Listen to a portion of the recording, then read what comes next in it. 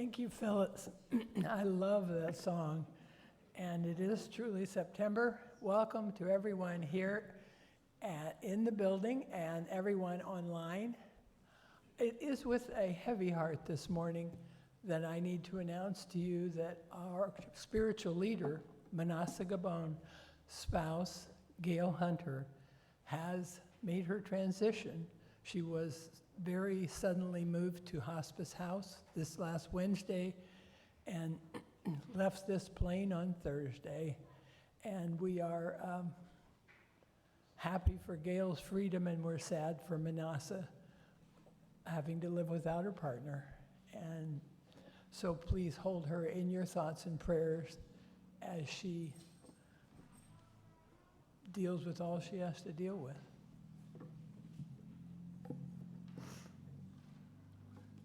Our theme is Open Your Mind, a sacred reset for prosperity. We all need more prosperity. We all can manifest that, I'm sure. Let's together say this affirmation. I open my mind and heart to divine flow.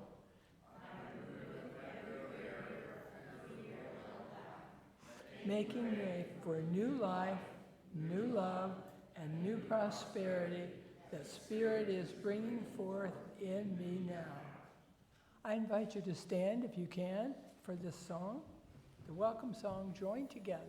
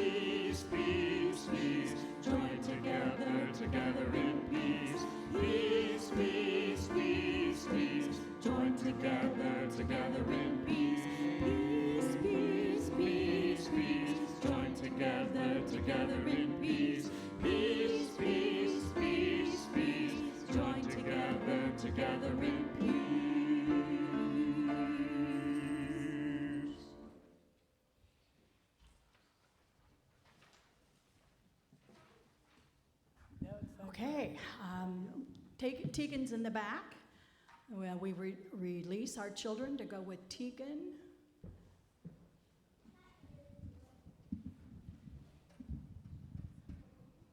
Okay, our namaste.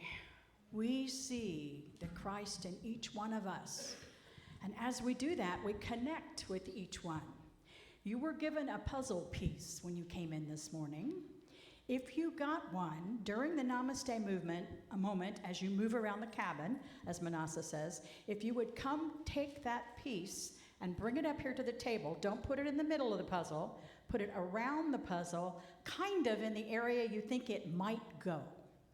And we're going to have people come to put the puzzle together as part of the message. But the pieces have to be up there. So during your moving around in the Namaste moment, if you would take your piece, take it up to the table, put it outside the puzzle, you can start moving now.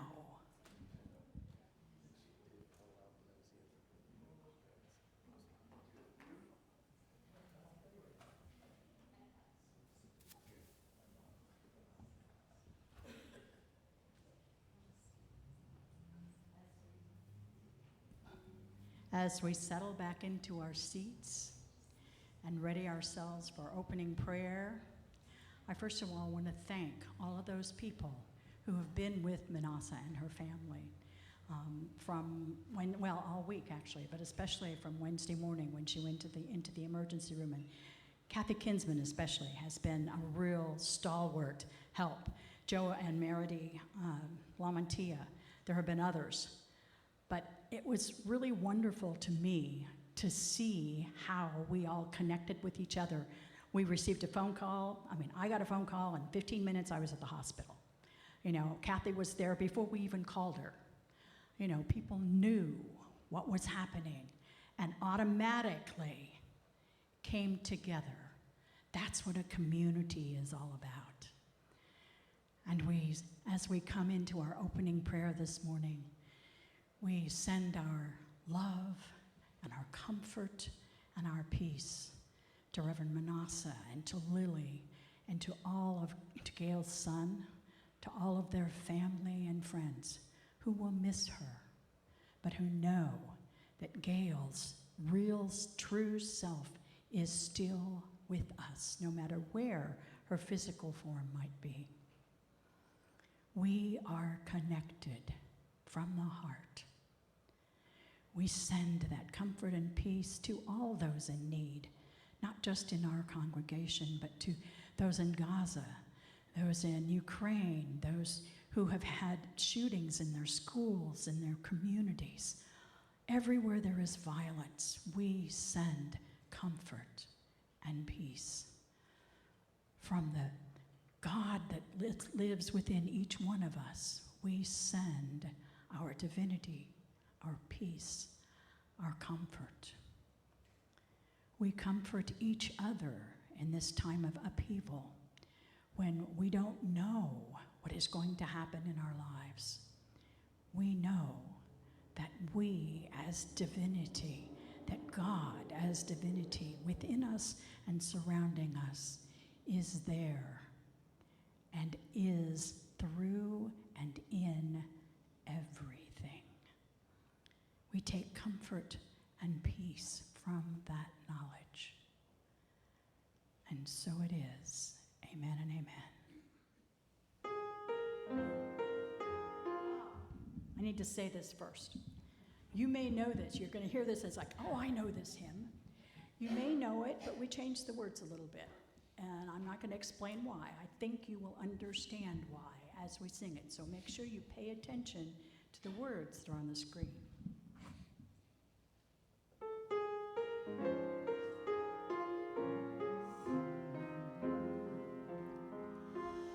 We are one in the Spirit, we are one in the Lord. We are one in the Spirit, we are one in the Lord. And we know that our unity endures forever.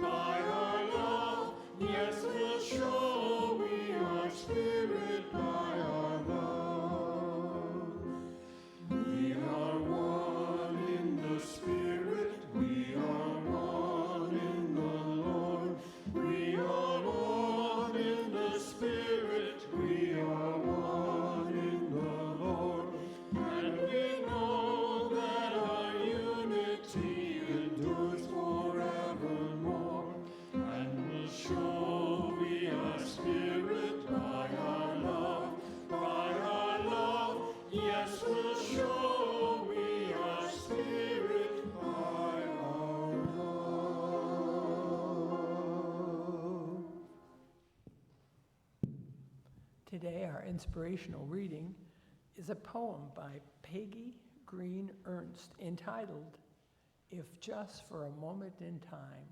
Listen to these words, they're beautiful. If just for a moment in time, brothers and sisters are we, if just for a moment, family all are we. And let spirit within shine brightly our light to instill in each day our love to new heights. Our mission would unfold with greatness achieved as we send out much joy and our love was received. We would open doors wide and welcome in those who seem different but are same within. If just for a moment I could walk in your shoes and you could walk in mine, we could see the truth as our compassion and love would increase with each day. Our interactions would manifest in more meaningful ways.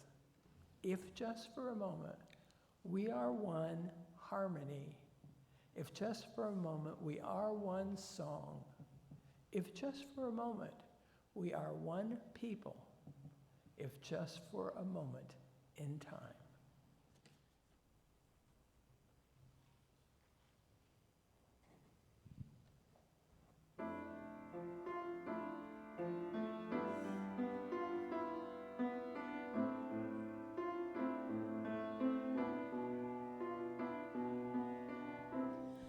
We are connected by the heart. Where do you end and where do I start?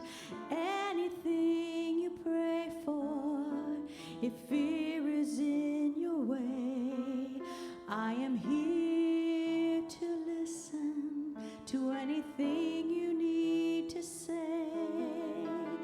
Your prayer is my prayer too. Your prayer is my prayer too. Whatever you feel, I feel too. You're a part of me, and I'm a part of you. Your prayer is my prayer too. My prayer too.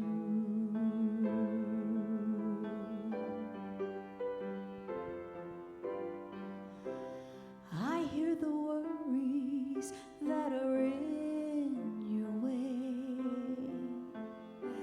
There's nothing I can do to take your pain away, but I'll help you reconnect with that voice deep inside. Let angels wrap you in their love, and let spirit be your guide. Your prayer is my prayer too. Your prayer is my prayer too. Whatever you feel, I feel too. You're a part of me, and I'm a part of you. Your prayer is my prayer too. Your prayer is my prayer too. Your prayer is my prayer too. My prayer too.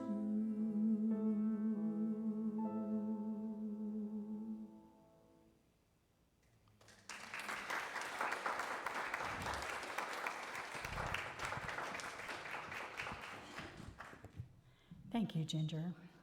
Lynn's a lot taller than I am. We are going to postpone the Prosperity series that Reverend Manasseh started last week until she is back in the pulpit. And we don't know when that will be, but whenever she is ready to return, we are ready to have her back. And then she'll restart that program. She has a lot of really cool things planned for that, and I did not want to tread on top of those at all. So when Reverend Manasseh asked me to speak today, Since I do the music as well and was going to do the message too, I made some kind of joking remark to a couple of people about I didn't want this to seem like the Phyllis show, with me doing everything. And it's like, I got to thinking about that afterwards, and I thought, my life really is the Phyllis show, accompanied by God. The sets are designed by God. This is a stage director here. Sets are designed by God with all the beautiful trees and the oceans and the lakes and the mountains. The lighting's designed by God, and some days we get good light like today, and some days we get like yesterday. It was kind of gloomy all the day. Original script is by God, the fact that I'm a human being. Stage direction is by God when I allow it. I'm a pretty assertive assistant director. Costumes are by God in the form of my human body. If I look at it another way, though, it could be the God show, accompanied by Phyllis. Story adaptation by Phyllis. Script rewrite by Phyllis. Sets and lighting original design by God, but maybe redesigned at times by me, and sometimes it works and sometimes it doesn't. Costumes, my human body, definitely needing a new designer and a new seamstress right now. But either way, it takes both God and Phyllis to put the show together. Whatever we call it, both are necessary. Unity's first principle is there is only one presence and one power active in the universe and in our lives, which is God the good. God is in everything, and God is everything. All the sets, all the lighting, all the scripts, all the resources, all the love, underneath everything, behind everything, in and through everything. It's all God. Unity's second principle goes on to say our essence, our human essence, and more than our human essence, I guess I should say our humanness, but the essence within that is of God. Therefore, we are inherently good. If God is everything and is in everything, then God is in each one of us. God is each of us. We are each one of us a singular and unique expression of God. That means that we have an inner framework, an inner foundation that is God. So we can say we are one with God because that structure is within us. The bones of the house, as Randy would say, the bones of the house are there, and they're good bones. But it's up to us to add the wallpaper and the paint and the tiles and the carpet and the drapes and the siding on the outside, the landscaping, all the things that make our individual self a home for our divinity. But the structure is there. I was on the debate team in high school, go figure. And one of the things they first taught us is when you give a talk or a debate or anything, define your terms so that everyone's on the same page. And my dad was really big on that too. We'd have discussions and he'd go, what definition are you using? Where did you get your resource? It's like, oh my God, just listen. Okay? Webster's dictionary defines one as existing, acting, or considered as a single unit or entity. Single. Does that mean that we are the same as God? That's one of the things that gets a lot of people hot and bothered about new thought ideas, especially about unity, is when we say we are divine to many others, that's blasphemy. That's saying we are the same as God.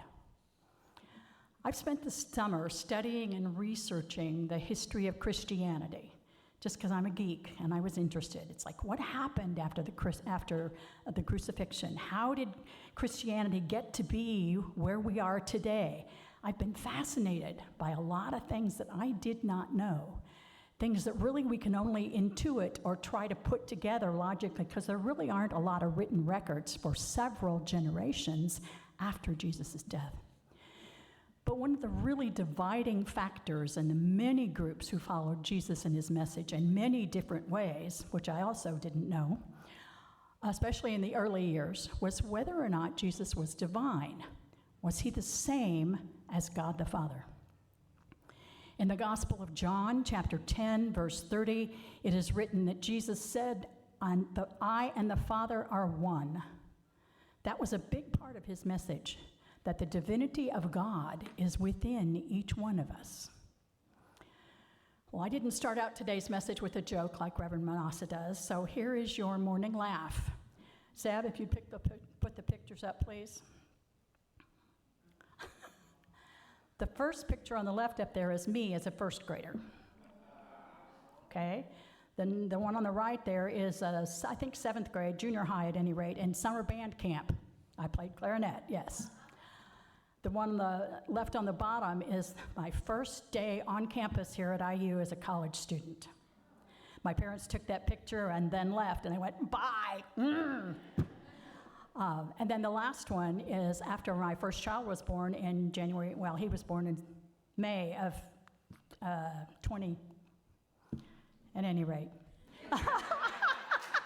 Oh my gosh, he's 40-something now. At any rate, this was in January of 1979, and I was 25 at the time. So the first picture is 5 or 6 years old, first grade.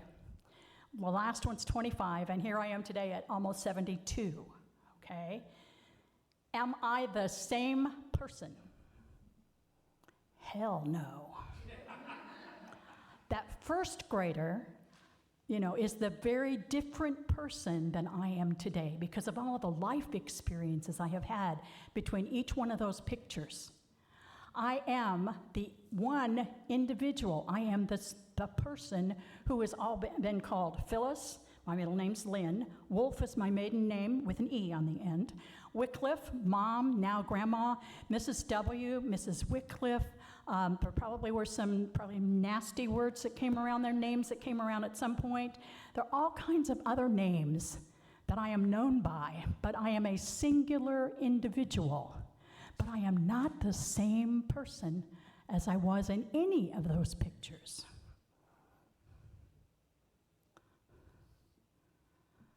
But I am one.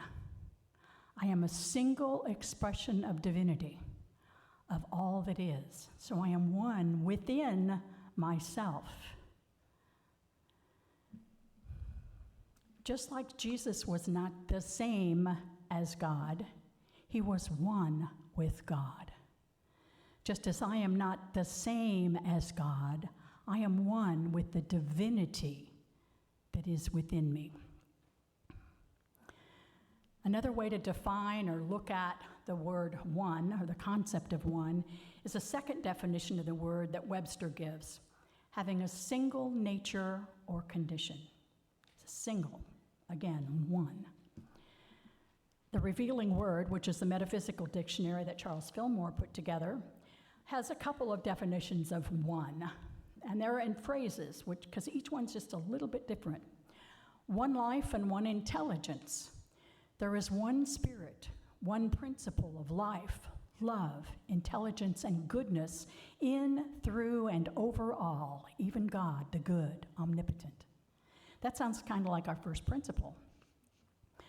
Then they define one presence and one power as God, spirit, is the only presence in the universe and is the only power. There's that only word, meaning one, again, single. He is in, or God, is in, through, and around all creation as its life and sustaining power.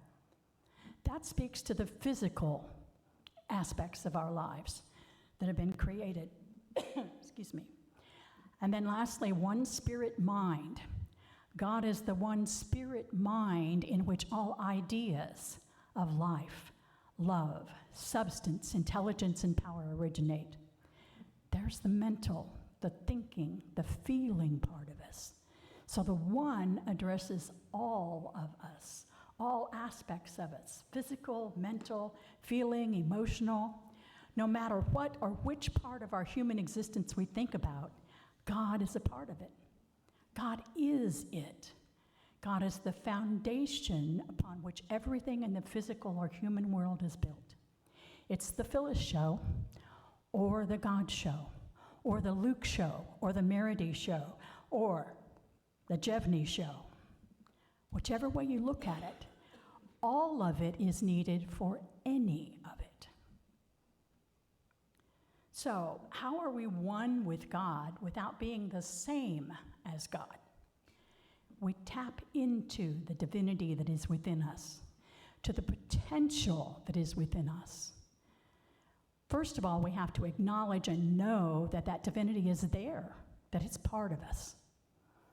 We connect to it with meditation, prayer, gratitude, and silence. It takes practice. Just like I have to practice scales and finger exercises at the piano to be able to play anything halfway decently, we have to practice the things in our lives that we want to do well. I can sit down and sight read something and kind of make it work the first time, but to play what I played for Prelude this morning, Manasa asked me to do that last Sunday, and she asked me like on Thursday. And I looked at it, I went, I need some practice time on this. And it still wasn't perfect, but it worked. But I practiced it. Dan plays tennis, and he plays really, really well because he plays a lot. Dave the Kid ran the yoga class yesterday, and when the choir came in for a rehearsal at 10:30, people were leaving from the yoga class, and I heard several people say, wow, that was a great class. Dave is a really good teacher, and I thought, that's because it's not her first rodeo. She's done this a lot. The flowers up here that Laura's been doing for us are the result of years of figuring out what works and what doesn't, and using those things that do work and discarding or releasing what doesn't work. A number of years ago, I decided that I really didn't like the words right and wrong. I started using what works for me, and my teenagers told me that a million years ago too, but I started using what works for me and what doesn't instead of right and wrong. Because what is right for me may not be right for somebody else. And what is wrong for me may be exactly the right thing in somebody else's situation. So I started saying, instead of right, I said, what works for me? And instead of wrong, I thought about what doesn't work for me. That's one of the jobs of being human, finding out what works and what doesn't for me, for you, for each one of us. Retaining and practicing what connects us with spirit, which is what really works, and discovering what does not work for us, and releasing that. I don't like the word surrender either, and I'm working on that. I prefer to say I allow myself to be immersed in the divinity within me. That's the same thing, but it's not using that surrender word. I allow, I trust, I seek a connection with all that is. And when I make that connection, then I am one with God. But I have to work at it to do it. I have to have a routine, a practice that allows me to then sink into it.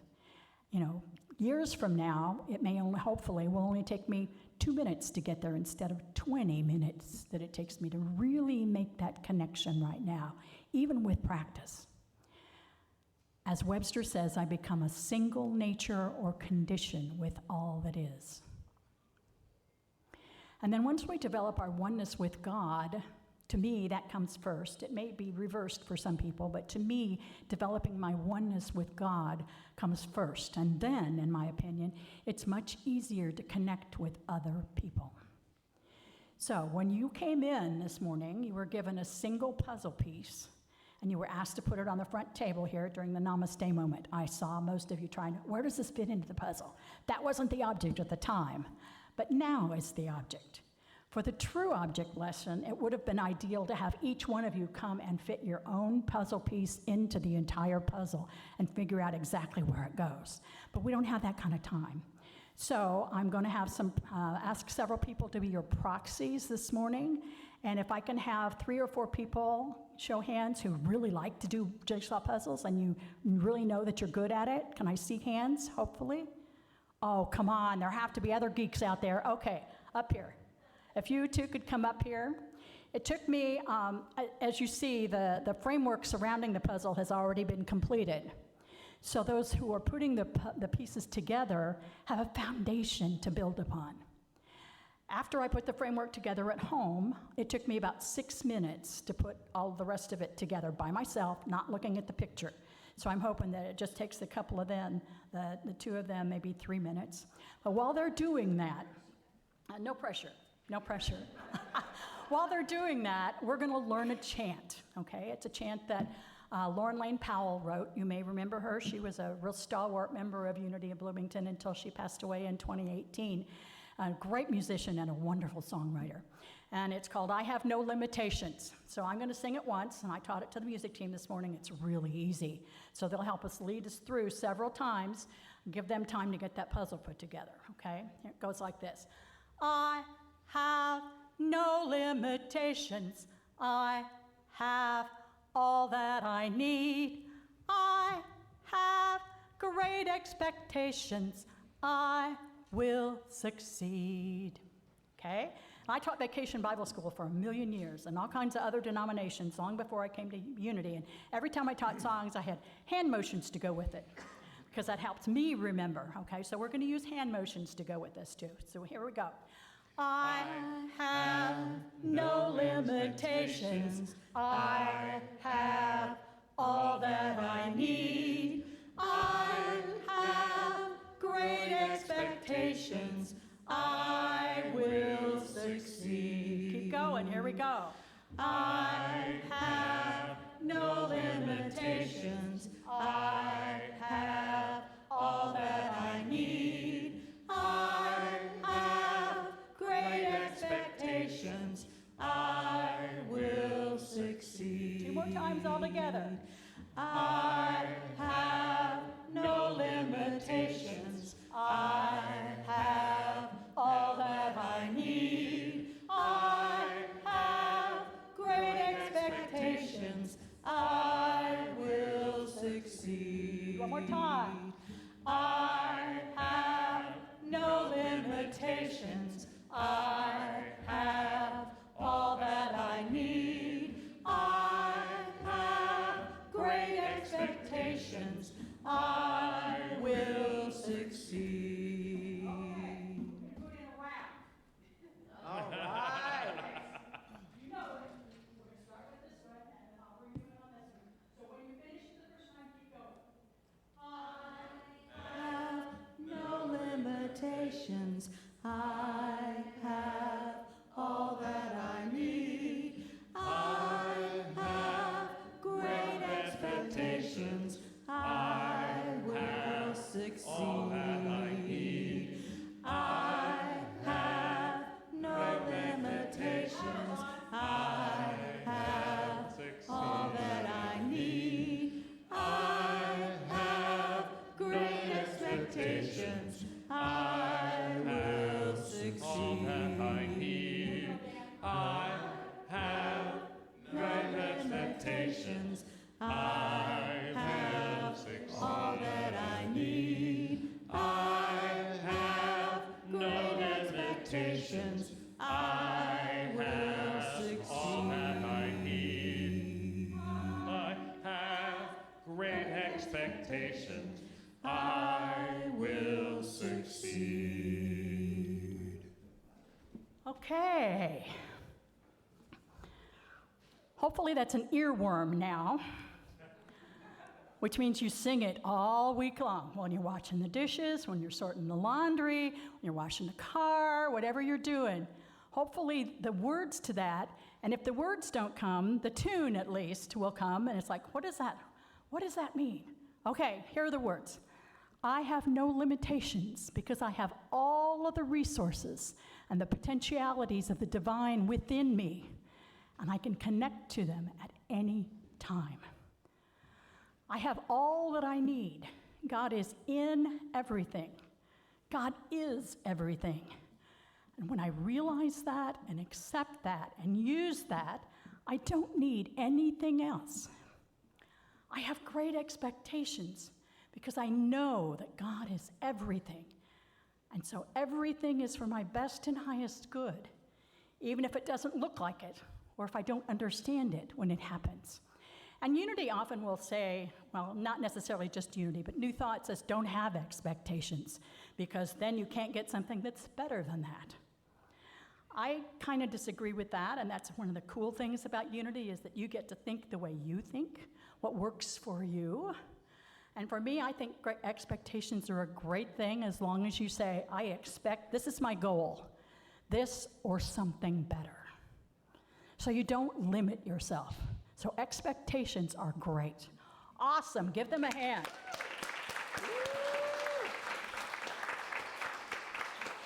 They succeeded. Yes, and we'll get to that in just a minute. I will succeed. The last line, when I tap into the oneness of the divinity within me, I can do nothing else but succeed. Okay, Seb, if you'd put the picture up of the puzzle that you all just put together, and Joe told me their piece is missing.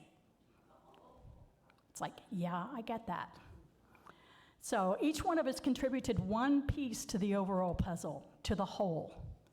Each piece was a different shape, a different color, and was a different section of the whole picture.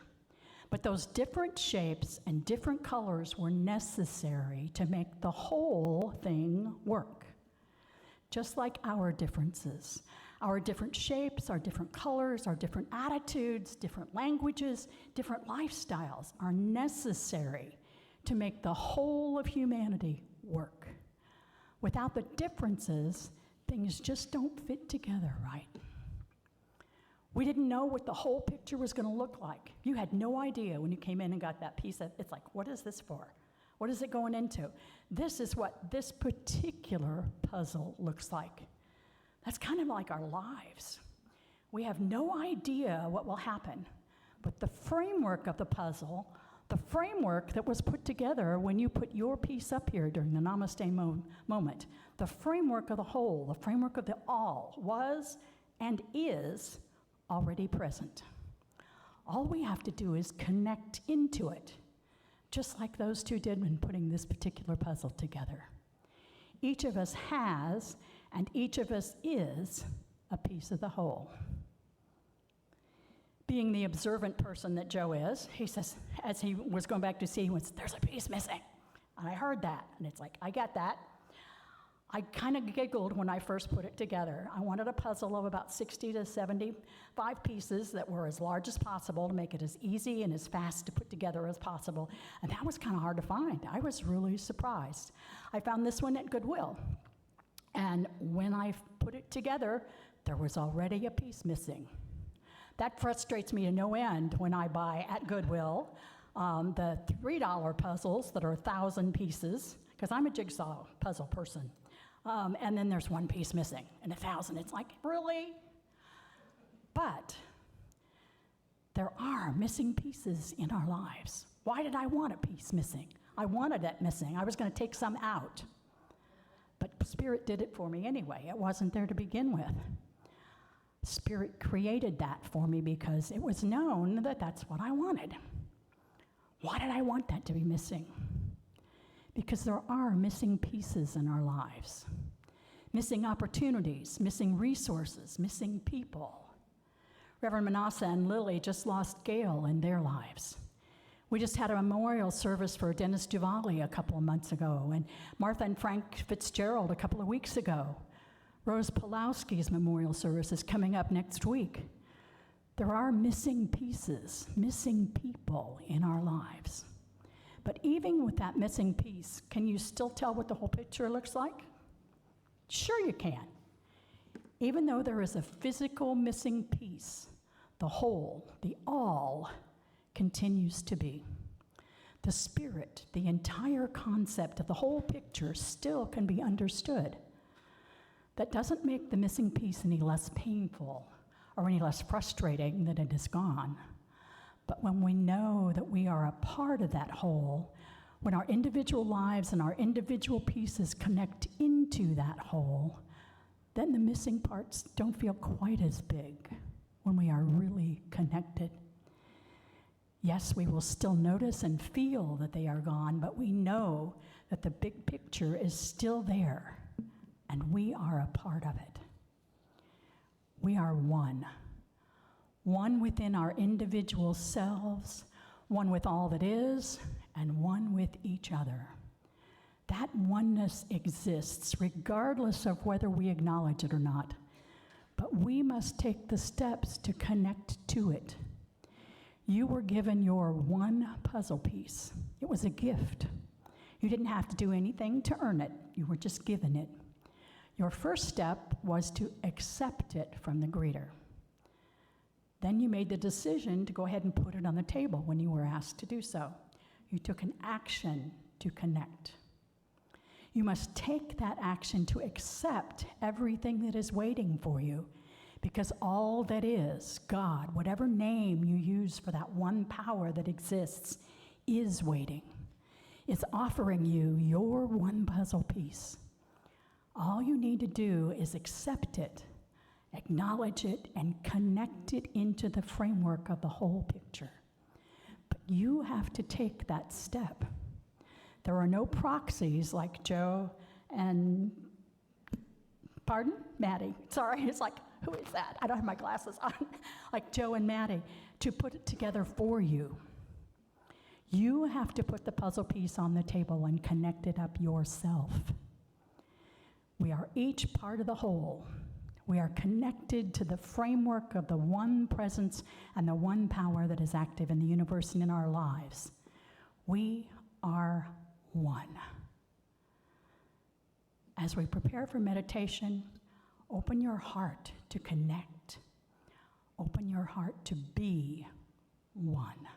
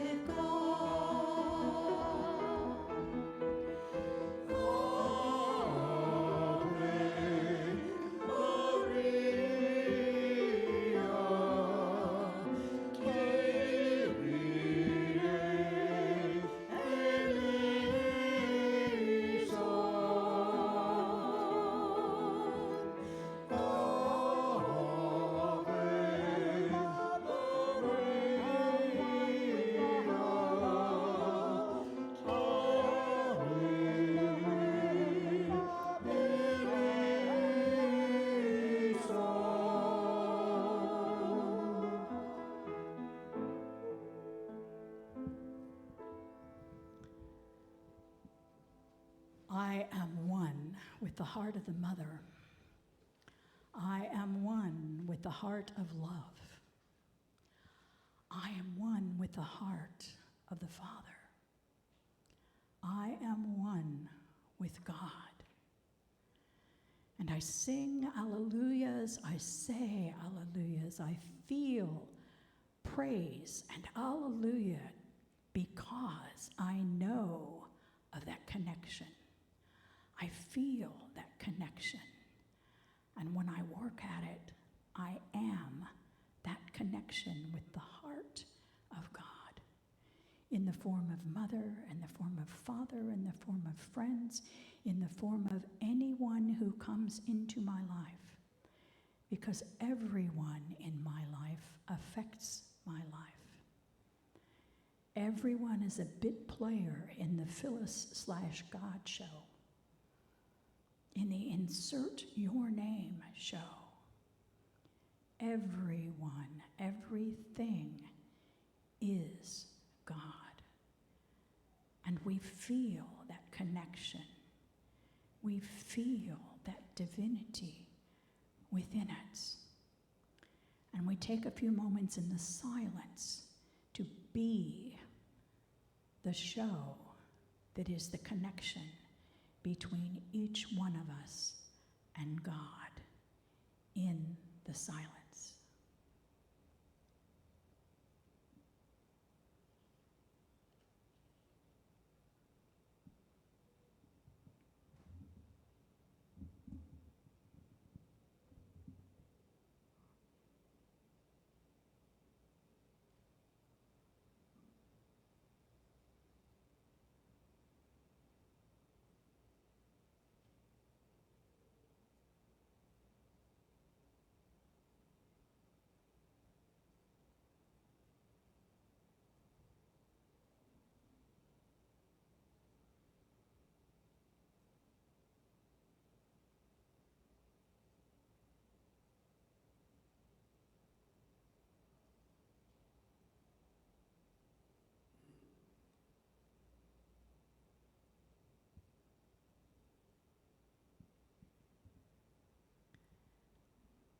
We bring that connection between our personal self and God into this room, and now connect with everyone who is here, with everyone in our life, and we bless it all.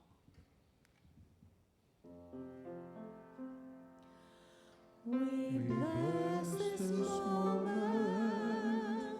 We bless this time. We've come together to share this life in this now moment, with our hearts open, one in spirit. We bless this time. We bless this moment. We bless this time. We've come together to share this life in this now moment, with our hearts open, one in spirit. We bless this time in this now moment, with our hearts open, one in spirit. We bless this time.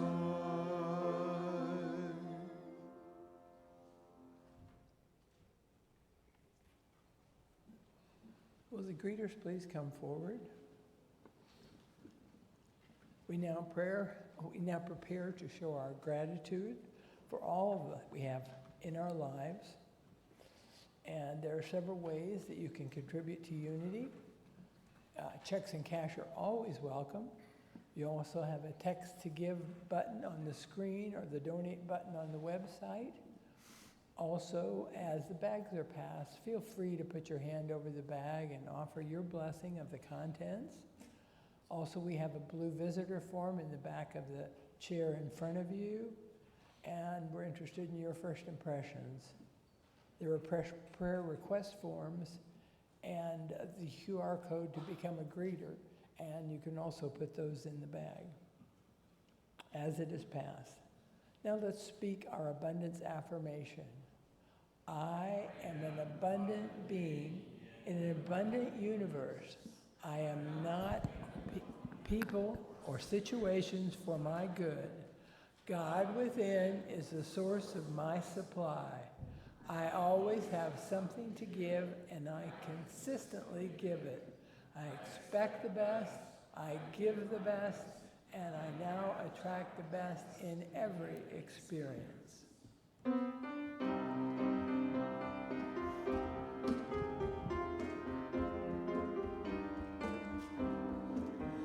I am one with the universal mind that created me. I know it grows in me day by day. I am one with the universal mind that created me. One with the mind of God. I am one with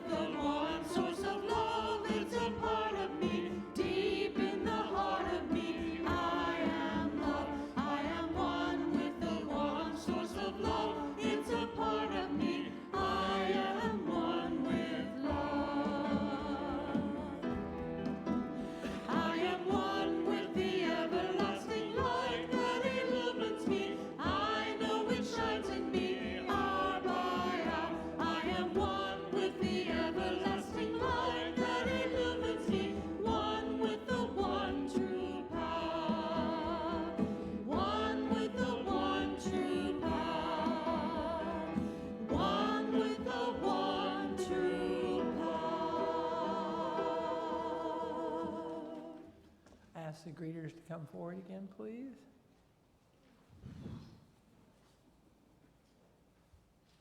Together.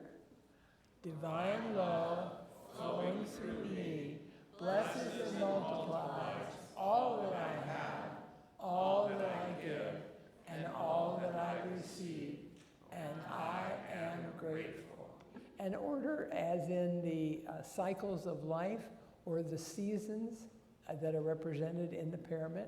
So these have, the cycle has now been completed by, and I hesitate to stop by and look at each one, and now you'll be seeing the ones that you saw last year, but you won't remember them because it's been 12 months. So anyway, they're great, and I appreciate them. Make sure for next Sunday, we're having a 43rd anniversary of this unity of Bloomington. We'd love to have you here. We're having a potluck, so bring something yummy, your best recipes, and fondest memories of your time in unity. Jevney Drake. Yes, Jevney's going to talk to us about Spencer Pride. Do you want to come up here, Jevney, real quickly? Sure. You don't mind.